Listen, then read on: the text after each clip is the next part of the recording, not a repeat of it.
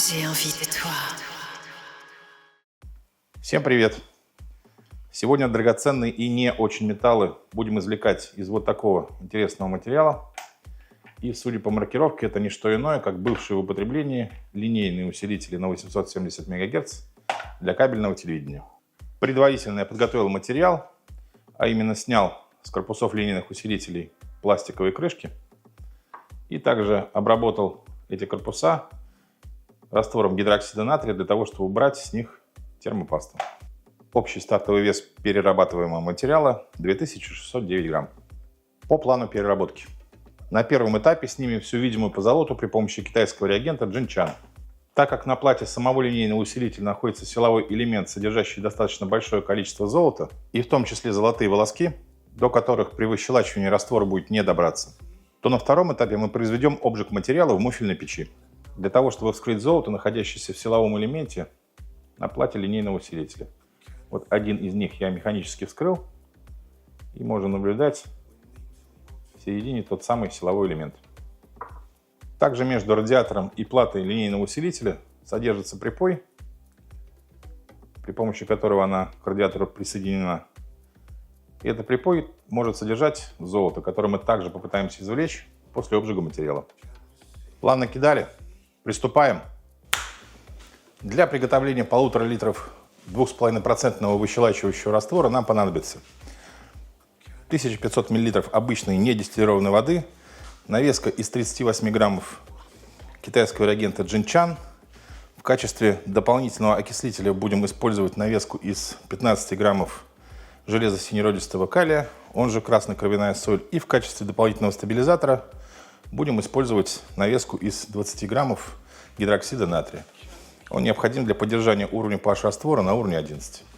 Также для оптимального протекания реакции выщелачивания необходимо, чтобы раствор был нагрет до температуры приблизительно 55 градусов. Включаем подогрев и готовим раствор. Присыпаем навеску китайского реагента Jinchang.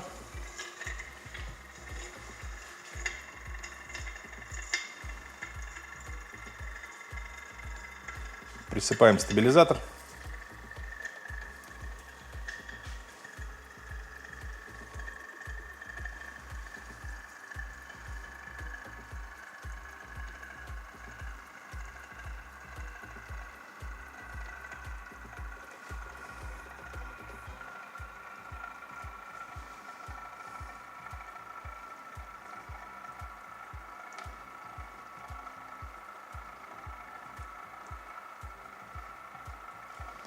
И присыпаем красную кровяную соль.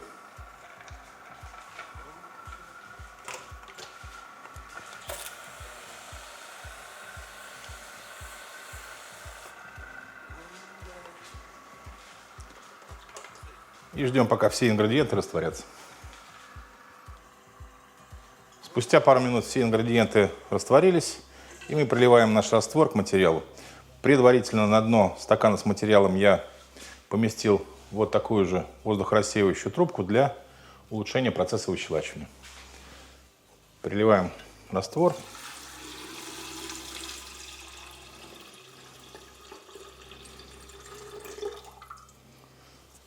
Ставим стакан с материалом на подогрев.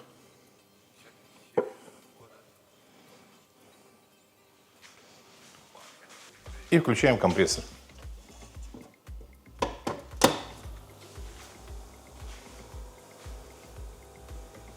Теперь ждем окончания процесса выщелачивания.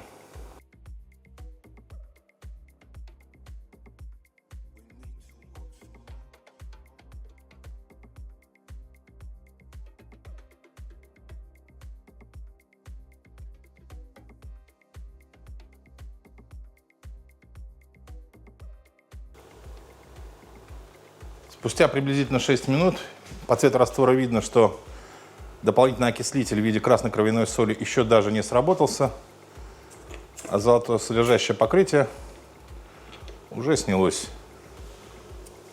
Радиатор имеет вот такой цвет. И это говорит нам о том, что результат по золоту будет достаточно грустный. Тем не менее, для уверенности я подержу материал в растворе еще около 10 минут, и после этого раствор солью и отправлю его на фильтрацию.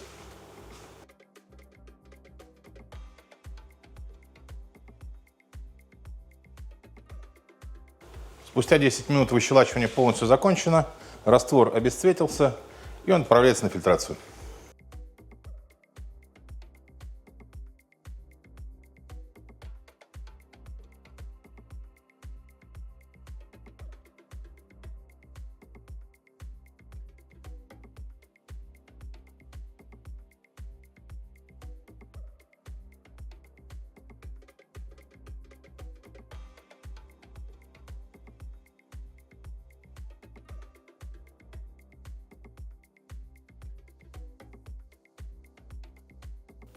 Спустя 10 минут фильтрация закончена, и золотосодержащий раствор перенесен на восстановление.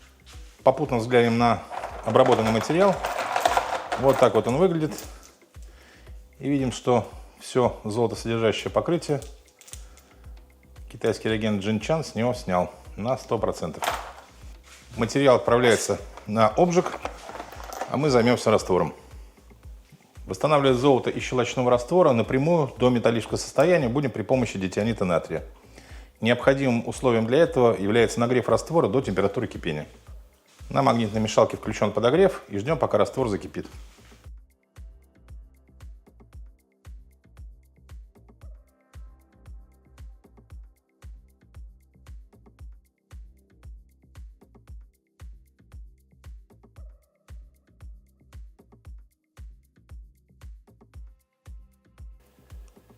Раствор доведен до кипения, теперь самое время присыпать восстановитель.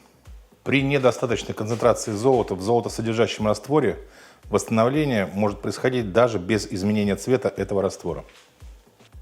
Присыпаем восстановитель.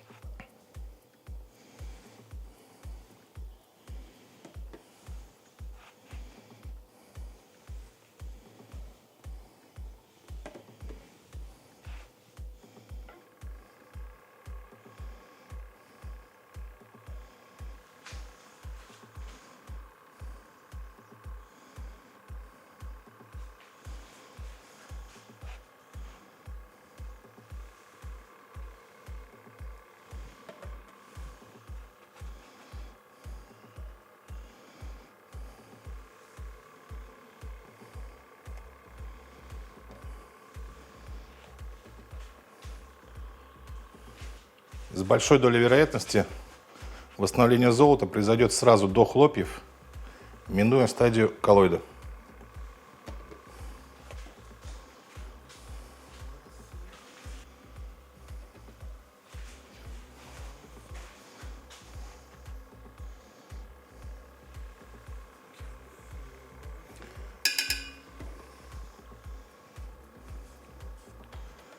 Прибавляем еще небольшую порцию восстановителя и ждем формирования хлопьев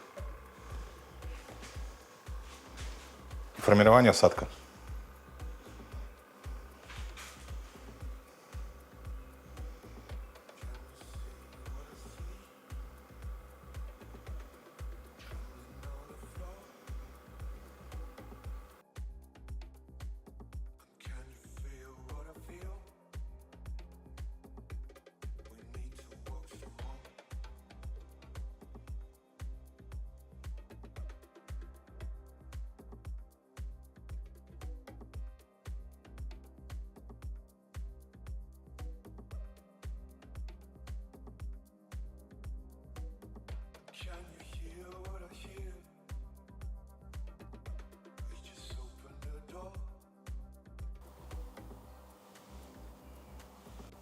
Восстановление закончено.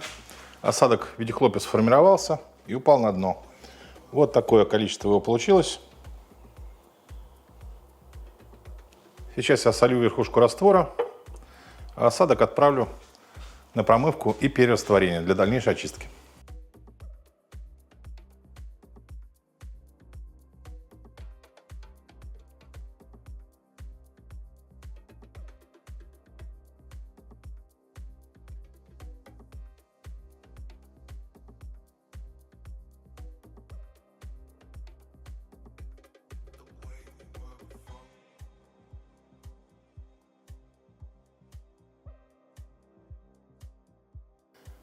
Осадок промыт и перерастворен в царской водке и готов к повторному восстановлению. Восстанавливать будем при помощи одноводного раствора гидрозин-гидрата, разбавленного в соотношении с дистиллированной водой 1 к 3. Раствор нагрет до 80 градусов. Предварительно я погасил излишек азотной кислоты и прикапываем восстановитель.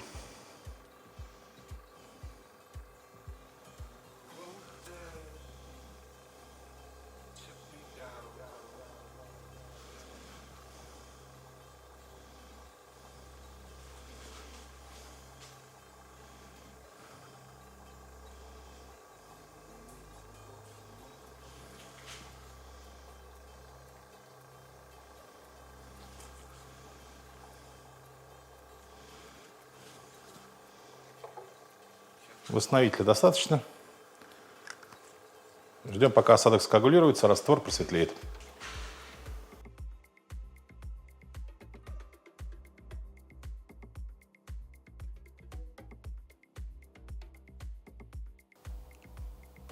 Восстановление закончено, осадок сформировался. Как и предполагалось, материал оказался весьма бедным. Вот такое более чем скромное количество осадка получилось. И этот осадок отправляется на чистку и просушку. Мы же займемся второй частью материала после обжига в муфельной печи. Напомню, что это были небольшие печатные платы, находившиеся на радиаторах, с которых мы предварительно сняли позолоту. Возможно, что с этим материалом нам повезет больше. Весь материал помещен в литровый стакан, предварительно немного отмыт и разбавлен дистиллированной водой. Так как в нем присутствует в том числе и магнитная часть, то травить из него ненужные металлы будем смесью азотной и серной кислот. Прибавляем немного серной кислоты.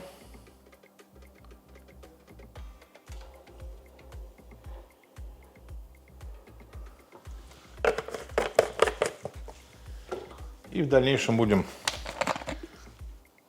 приливать понемногу азотный.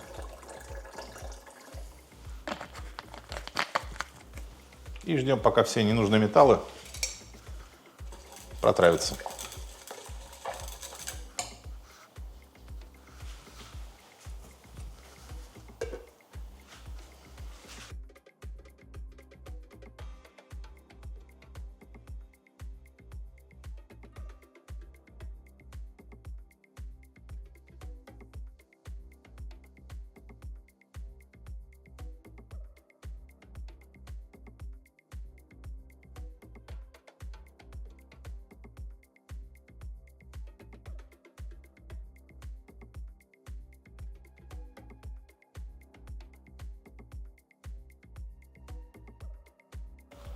Спустя 20 минут материал протравлен от ненужных металлов. Выделение диоксида азота закончилось. Сейчас я солью верхушку, промою осадок и будем обрабатывать его раствором царской водки. Осадок промыт и покрыт небольшим количеством дистиллированной воды. Теперь обработаем его раствором царской водки. Для этого приготовим 80 мл. Приливаем в мерник 20 мл азотной кислоты.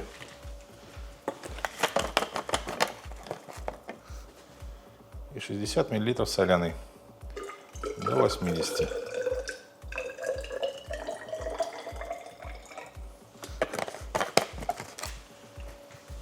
Объемное соотношение кислот 1 к 3, массово 1 к 2. И приливаем к осадку.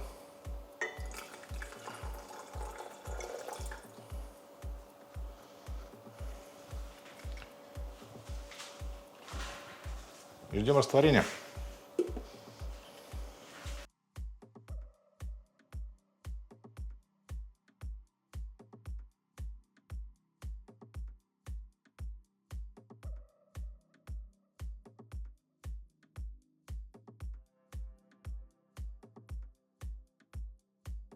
Спустя 15 минут все, что могло раствориться, растворилось.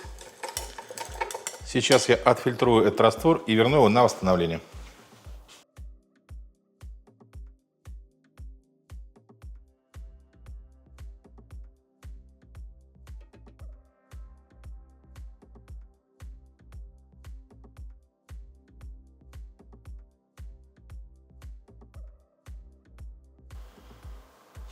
Золотосодержащий раствор отфильтрован, нагрет до температуры приблизительно 70 градусов и готов к восстановлению. Избыток азотной кислоты будем гасить мочевиной.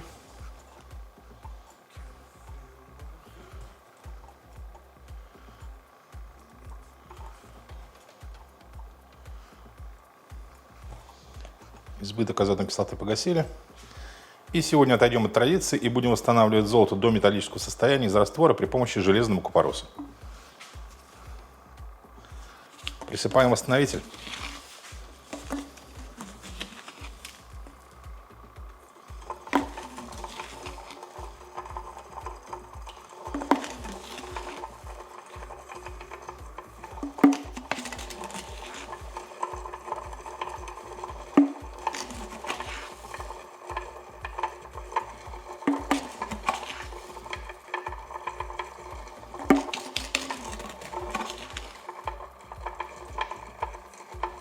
Наблюдаем изменение цвета.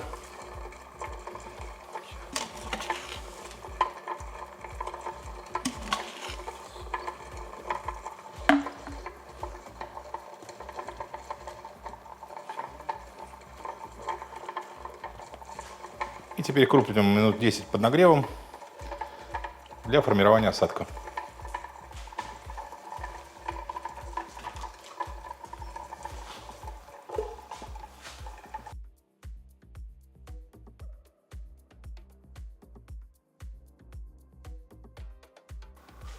Спустя 10 минут восстановление закончено. Раствор отправляется на отстаивание, а осадок на чистку и просушку. Ну а мы для очистки совести попробуем произвести цементацию на цинк золота из раствора, из которого оно было предварительно извлечено при помощи дитионита натрия, для того, чтобы проверить полноту извлечения. Запускаем магнитную мешалку.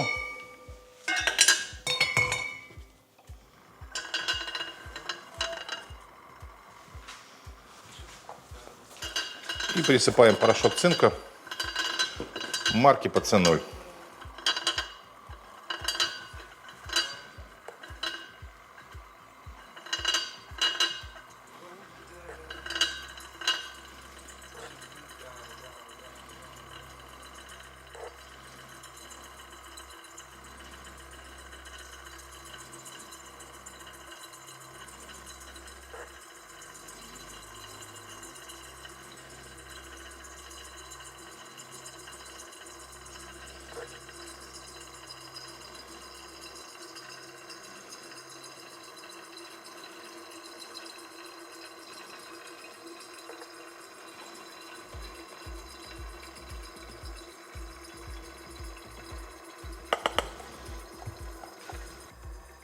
И ждем окончания процесса цементации. 20 минут, я думаю, будет достаточно.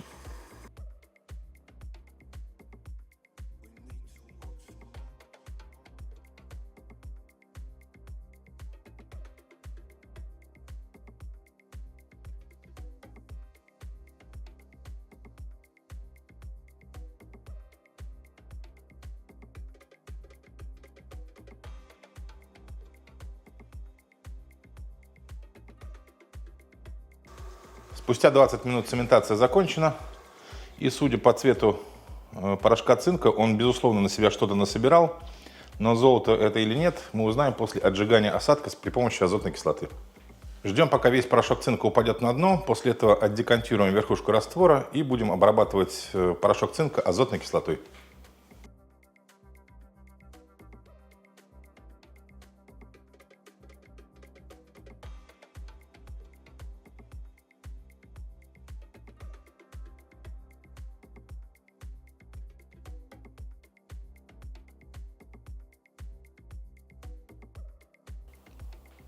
После обработки порошка цинка азотной кислотой видим полное отсутствие какого-либо осадка золота, что говорит о том, что извлечение из исходного выщелачивающего раствора при помощи дитионита натрия было полным. Таким образом, с переработкой материала заканчиваем и встретимся уже на взвешивании. Ну и, наконец, долгожданная финалочка. Я сплавил все извлеченное из материала золота в небольшой королек, и теперь мы его взвесим. И результат равен 20 сотым грамма. Результат, прямо скажем, далек от выдающегося, но, как говорится, какой есть. Из этих 20 сотых грамма 15 были добыты из золотосодержащего покрытия радиаторов, а оставшиеся 5 из плат, находящихся на них. Также несложно посчитать, что при исходном весе материала в 2,6 кг на 1 кг исходного материала приходится менее 0,1 грамма золота. И целесообразность его переработки можно ставить под вопрос. Выглядел материал, конечно, красиво, но уже по времени выщелачивания, которое, напомню, заняло в пределах 5-6 минут, можно заранее было судить о том, что выход по золоту будет низким. В последующих видео я обязательно покажу другие способы переработки подобного золотосодержащего материала, но это будет точно не сегодня. А на этом у меня все. Всем пока!